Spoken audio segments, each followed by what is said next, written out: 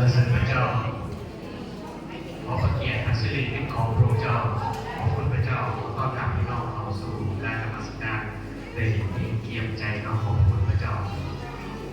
ในคำของพระเจ้าในหนังสือในพระคำของพระเจ้าได้กล่าวเรื่องนี้ว่าในขณะที่พวกเขาเป็นคนบาปนั้นพระองค์ก็ได้ทรงสิ้นพระชนม์เพื่อพวกเขาทั้งหลาย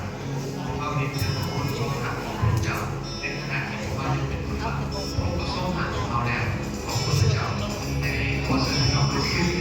ต่อจากของเพลงสรรเสริญพระเจ้าในบทนี้ที่ลงมาส่วนขนม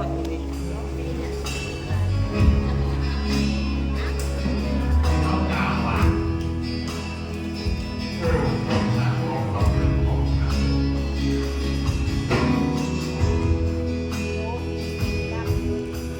ส่วน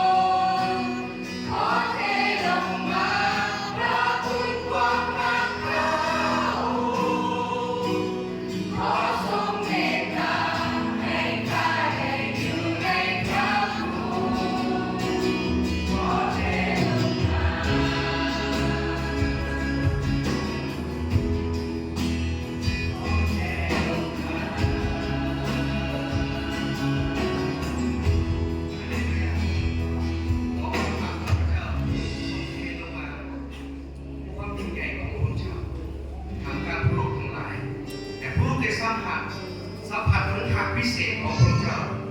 โอ้ฮาเลลูยาสรรเสริญ